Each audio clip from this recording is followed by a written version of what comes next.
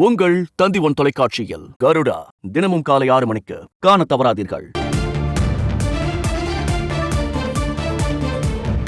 8ஆம் வகுப்பு வரை மாணவர்கள் ஆல் பாஸ். எந்த பள்ளியாக இருந்தாலும் சரி, மாணவர்களை 8ஆம் வகுப்பு வரை ஃபெயிலாக்க கூடாது என்ற ஒரு கொள்கை கடந்த 2009ஆம் ஆண்டு முதல் அமல்படுத்தப்பட்டு வருகிறது.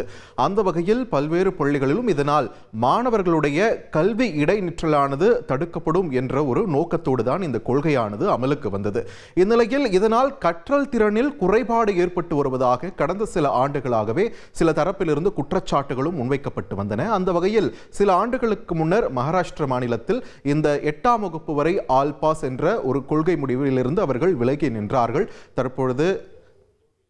தொடர்ந்து மத்திய அரசு தற்பொழுது தேசிய கல்வித்துறையும் இந்த கொள்கையை ரத்து செய்திருக்கிறது. இது தொடர்பான முக்கிய செய்தியை பார்த்து வருகிறோம். தொடர்ந்து கல்வியாளர் பிரின்ஸ் கஜேந்திரபாபு நம்முடன் இணைப்பில் இணைக்கிறார். வணக்கம் கஜேந்திரபாபு, இணைப்பில் இணைந்தமைக்கு மிக்க மிக்க நன்றி. இந்த ஆல் பாஸ் அப்படின்ற ஒரு விஷயம் சப்போர்ட்டாவும் நிறைய குரல் இருக்கு, எதிர்ப்பு குரலையும் சிலவற்றை நம்ம பார்த்தோம். இப்போ மொத்தமாவே கொள்கை ரீதியாக ஒரு ரத்துன்ற ஒரு அறிவிப்பு வந்திருக்கு. இந்த ரத்தை நீங்க எப்படி பாக்குறீங்க? இஸ் இட் வரவேற்கக்கூடிய விஷயமா இல்ல எதிர்க்கக்கூடிய ஒரு விஷயமா? கல்வி உரிமை சட்டம் 2009 அந்த சட்டத்தினுடைய மிக முக்கிய கூறாக பார்க்கப்பட்டது மாணவர்களுக்கான மன அழுத்தம் இல்லாத பள்ளி கல்வி. குழந்தை பருவத்தில் குறிப்பா 14 வயதுக்கு உட்பட்ட குழந்தைகளுக்கு தேர்வு என்பது ஒன்று இல்லாமல் அவர்களுக்கு ஏதாவது கற்றலில் குறைபாடு இருக்குமே ஆனால் அந்த கற்றல் குறைபாடை கண்டறிந்து அந்த கற்றல் குறைபாட்டிலிருந்து அவங்க மீண்டு வருவதற்கான உதவிகளை செய்யணும். அந்த பொறுப்பு ஆசிரியருடையது, பள்ளியினுடையது என்று ஆசிரியருக்கும் பள்ளிக்கும் பொறுப்பை கொடுத்து மாணவர்களுக்கு ஒரு இனிமையான கற்றல் வாய்ப்பை கொடுக்கக்கூடிய குழந்தை பருவத்தை குழந்தைகள் முழுமையாக அனுபவிக்கிற ஒரு கல்வி உரிமை சட்டமாக அந்த 2009 சட்டம் பார்க்கப்பட்டது. அந்த சட்டத்துல சில ஆண்டுகளுக்கு முன்பாக நாடாளுமன்றத்தில் திருத்தத்தை கொண்டு வந்து அதுல 5ஆம் வகுப்புலயும் 8ஆம் வகுப்புலயும் தேர்வு நடத்தலாம் அப்படின்ற மாதிரி ஒரு திருத்தம் கொண்டு வந்தாங்க. அதனுடைய தொடர்ச்சியாகத்தான் இப்போ இந்த அறிவிப்பை அவங்க கொடுத்திருக்காங்க.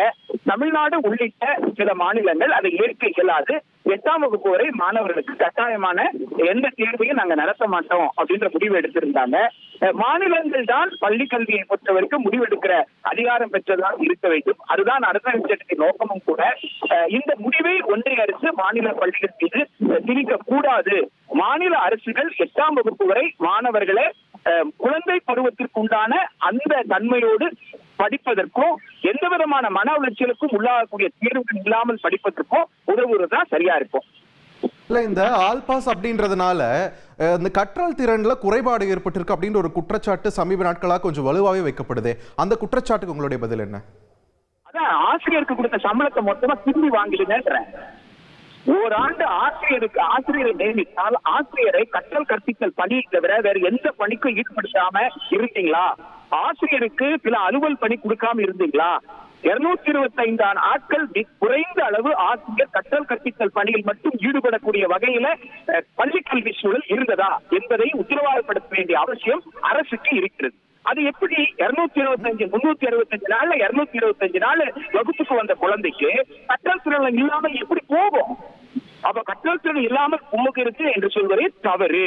ஆல் பாஸ் கிடையாது.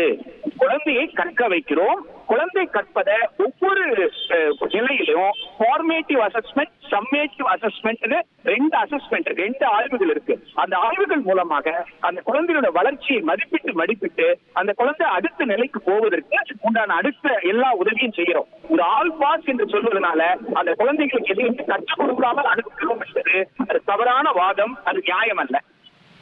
இப்போ இந்த 8ஆம் வகுப்பு வரை ஃபெயில் ஆக்க கூடாது அப்படின்ற ஒரு விஷயம் இந்த கொள்கை அமலுக்கு வந்ததிலிருந்து எந்த அளவுக்கு கல்வித்துறையில நாம முன்னேறி இருக்கோம் நீங்க நினைக்கிறீங்க? Is there any data to prove that? இது குழந்தைகளை ஒரு மகிழ்ச்சியான, இப்ப தமிழ்நாடு போன்ற மாநிலங்கள் 100% பள்ளி சேர்க்கையை எட்டி இருக்கிறது. 99% மாணவர்கள் கல்வியை தொடர்வதை உத்தரவாதப்படுத்தி இருக்கிறாங்க. இப்படி பல மாநிலங்கள்ல இந்த விஷயங்கள் நடந்திருக்கு. பெரும்பகுதி எல்லோரும் படிக்கிற பள்ளிகளை நடத்துவது எதுன்னு கேட்டா அந்தந்த மாநில அரசு தான். ஒன்றிய அரசு நடத்துறதெல்லாம் கேந்திர வித்யாலயா, நவோதயா போன்ற சிறப்பு பள்ளிகள் தான். எனவே பல்வேறு மாநிலங்கள்ல மாநில அரசுகள் தங்களுடைய பொறுப்புல இருக்கக்கூடிய பள்ளிக்கூடங்கள்ல மாணவர்கள் கற்றல் திறனோடு மேலேறுவதை எல்லா விதமான நடவடிக்கை எடுத்திருக்கிறாங்க. ஆனா ஒரு சில இடங்கள்ல 5ஆம் வகுப்பு மாணவனுக்கு 2ஆம் வகுப்பு புக்கே படிக்கல அப்படின்ற சில சர்வே சொன்னதாக தகவல்கள் வருது. அப்ப அந்த சர்வே சொன்னவங்க அந்த 5ஆம் வகுப்பு மாணவனுக்கு 2ஆம் வகுப்பு பாட புத்தகம் படிக்க முடியலன்னா குவாலிஃபைடு டீச்சர் கிளாஸ்ல இருந்தும் படிக்கலையா அல்லது டீச்சர் இல்லாம படிக்கலையா என்ற விவரத்தை கொடுக்கவே இல்லை. எனவே ஒரு முழுமையான ஆய்வு தான் இதை நமக்கு வெளிப்படுத்தும். ஆனால் இந்த 1ஆம் வகுப்பிலிருந்து 8ஆம் வகுப்பு வரை இடைநீற்றல் இல்லாமல் எந்த விதமான கட்டுப்பாடும் இல்லாமல் அந்த மாணவர்களுக்கு கற்பித்து அவர்களை 9ஆம் வகுப்பு அனுப்புவது, தேர்ச்சி என்கின்ற அடிப்படையில தேர்வு இல்லாமல் அவர்களை அனுப்புவதுதான் ஒரு நியாயமான குழந்தை பருவத்தை கொடுக்கிறது. அதான் உலக அளவுல ஏற்றுக்கொள்ளப்பட்டது. நன்றி திரு பிரின்ஸ் கஜேந்திர பாபு. இணைப்பில் இருந்து பல்வேறு தகவல்களை எங்களோடு பகிர்ந்தமைக்கு.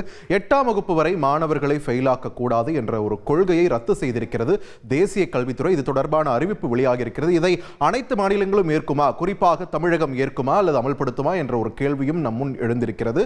இதற்கான பதில் நமக்கு வரும் நாட்களில் தெரிய வரும்.